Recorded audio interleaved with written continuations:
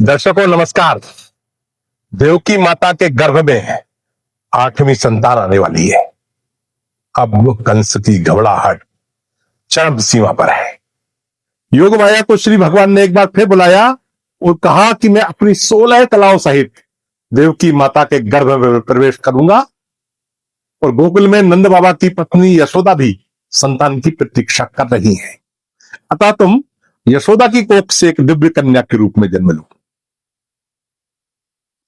जैसे ही भगवान देवकी जी के गर्भ में आए, कारागृह का वातावरण ही बदल गया। देवकी और वसुदेव पर कारागृह के कष्टों का कोई प्रभाव नहीं होता था। उनके हृदय दिव्य प्रसन्नता से भर गए, उनके शरीर स्वस्थ हो गए तथा उनके मुखमंडल पर एक अनोखी आभा छा गई।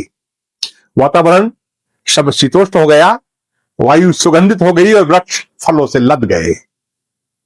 इन सब परिवर्तनों का कंस ने भी दृष्टिगत किया और उसे पूरा विश्वास हो गया कि इस बार तो देवकी के गर्भ से उसका काल ही जन्म लेने वाला है। धीरे धीरे दिन बीते, वर्षा काल आरंभ हो गया। आषाढ़ गुजरा, सावन बीता और भादो शुरू हो गया। भादो की कृष्ण पक्ष की अष्टमी तिथि को अर्धरात्रि में रोहिणी नक्षत्र में मथुरा के कारागृह में यशोदा के हितकारी दीनदयाल प्रभु प्रकट हुए। भय प्रगट कृपाला दीन दयाला यशोमती के हितकारी। और उसी समय भगवान की योग माया ने गोकुल धाम में नंद बाबा की पत्नी यशोदा की कोख से जन्म लिया।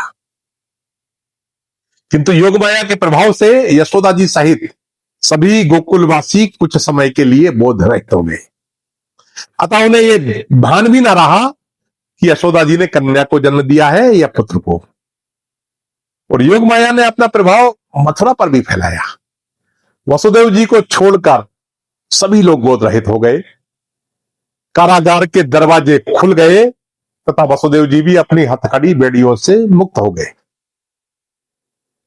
वसुदेव जी देवकी की इस 8वीं संतान का महत्व जानते थे।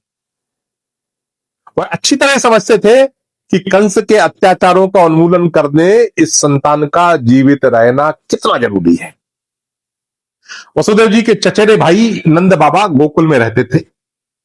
कंस से बेर होने के बाद वसुदेव जी ने अपनी पत्नी रोहिणी को उन्हीं के संरक्षण में छोड़ा हुआ था।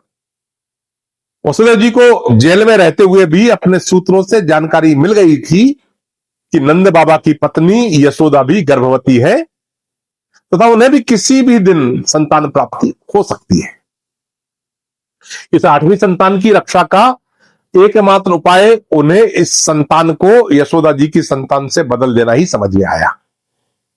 उन्हें विचार उठते ही उन्होंने देवकी की संतान जो कृष्ण जी थे को एक सूप में रखा और उस सूप को अपने सिर पर रखकर गोकुल धाम की ओर चले। उस रात वर्षा देवी अपने प्रचंड रूप में थी। वर्षा की प्रबल धार से श्री कृष्ण और वसुदेव की रक्षा करने के लिए स्वयं शेषनाग आ गए और उन्होंने अपने फन से वसुदेव और कृष्ण जी के ऊपर छत्र बना दिया। बहुत शीघ्र वसुदेव जी यमुना जी के तीर पर पहुंच गए। उस रात्रि को यमुना जी पूरे उफान पर थी, किंतु वसुदेव जी ने इस बात की बिल्कुल भी चिंता नहीं की और कृष्ण जी को अपने सिर पर उठाए हुए यमुना जी के जल में निर्भीक भाव से प्रविष्ट हो गए। यमुना जो पहले ही से ही प्रचंड रूप में थी, वसुदेव जी के प्रविष्ट होते ही उनके जल की तरंगे इतनी उछल हो गई मानो वह वसुदेव जी को डुबो ही देंगी। पर वसुदेव जी इन सब पर ध्यान दिए बगैर अविचलित चलते ही रहे। वसुदेव जी के मझधार में पहुंचते पहुंचते तरंगे इतनी ऊंची उठी कि वसुदेव जी उन तरंगों में पूरे पूरे डूब गए तथा यमुना जी का जल वसुदेव जी के सिर के ऊपर निकलकर सूप तक आने लगा। श्री कृष्ण जी यमुना जी की इच्छा समझ गए कि वह उनका चरण स्पर्श करने को लालायित है। नन्हे कन्हैया ने मुस्कुराते हुए अपना दाहिना पैर सूप से थोड़ा बाहर निकालकर यमुना जी की तरंगे से स्पर्श करा दिया। अब कन्हैया के चरणों का स्पर्श पाते ही यमुना जी शांत हो गई तथा वसुदेव जी के पैरों के पास आकर उन्हें अपने को पार करने का मार्ग दे दिया। इसी घटना से प्रेरणा पाकर भौतिक शास्त्र के किसी मेधावी विद्यार्थी ने साइफन का सिद्धांत समझाने के लिए वसुदेव का प्याला नामक एक उपकरण बनाया है। इस उपकरण में प्याले के अंदर सिर पर कृष्ण जी को रखे हुए वसुदेव जी की एक मूर्ति रहती है। प्याले में पानी भरने पर पानी का स्तर लगातार बढ़ता रहता है, पर जैसे ही पानी का स्तर बढ़कर कृष्ण जी के पैरों को छूता है, वैसे ही प्याले का पानी अपने आप बाहर निकलने लगता है और देखते ही देखते पूरा प्याला खाली हो जाता है। यमुना जी को पार कर वसुदेव जी गोकुल में नंद बाबा के घर पहुंचे। वहां यशोदा जी के पास योग माया एक शिशु कन्या के रूप में लेटी हुई थी। वसुदेव जी ने जल्दी से कृष्ण जी को यशोदा जी के बगल में लेटाया और शिशु कन्या को अपने सूप में रखकर तेजी से मथुरा के कारागृह की ओर बढ़ लिए। अब जैसे ही उन्होंने योग माया रूपी शिशु कन्या को देवकी जी के बगल में लेटाया, तभी योग माया ने अपनी माया वापस ले ली। देवकी वसुदेव फिर से हथकड़ी बड़ी में जकड़ गए, कारागृह के द्वार बंद हो गए और द्वारपाल फिर से सचेत हो गए। देवकी जी ने अपने साथ एक सुंदर कन्या को पाकर समझा कि इस बात को उन्हें कन्या रत्न मिला है। यह जानकर वह अत्यंत प्रसन्न हुई और कन्या को हृदय से लगाकर प्यार करने लगी। पर इतनी ही देर में कंस कारागार पहुंचा और देवकी की गोद से कन्या को छीनने लगा। देवकी जी ने रोते हुए कहा कि इस कन्या को तो छोड़ दे भाई, इससे तुझे क्या खतरा हो सकता है।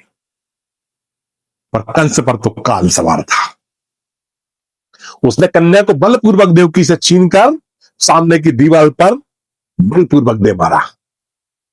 पर इस बार यह कन्या दीवार तक पहुंचने के पूर्व ही आकाश में चली गई और अष्टभुजा देवी का रूप धारण कर कंस से बोली कि मेरी हत्या करने की कोशिश ना कर मूर्ख, क्योंकि तेरा वध करने वाला जन्म ले चुका है।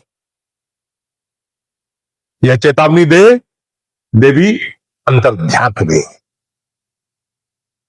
दर्शकों, आप इस कथा की दूसरी कड़ी प्रदीप शर्मा से सुन रहे थे। कृपया वीडियो को लाइक कर शेयर करें। आपको क्या अच्छा लगा कमेंट में बताएं तथा चैनल को सब्सक्राइब करें। अगले अंक में नंद के आनंद की चर्चा होगी। राधे राधे।